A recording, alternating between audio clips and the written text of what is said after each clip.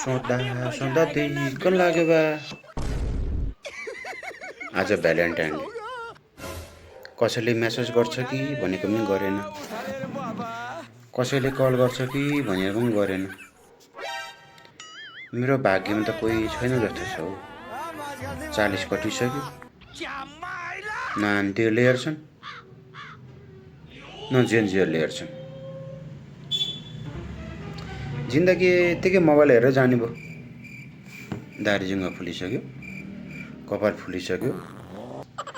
अब aunty lover बनायो भने आन्टीले हेर्दैनन्, जेन्जी लभर बनायो भने जेन्जीले हेर्दैनन्।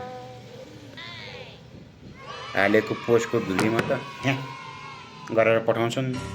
अलिकति चुप्पा गरेर पठाएको आहा मन शान्त हुन्थ्यो। के गर्नु, कसैले हेर्दैनन् बा।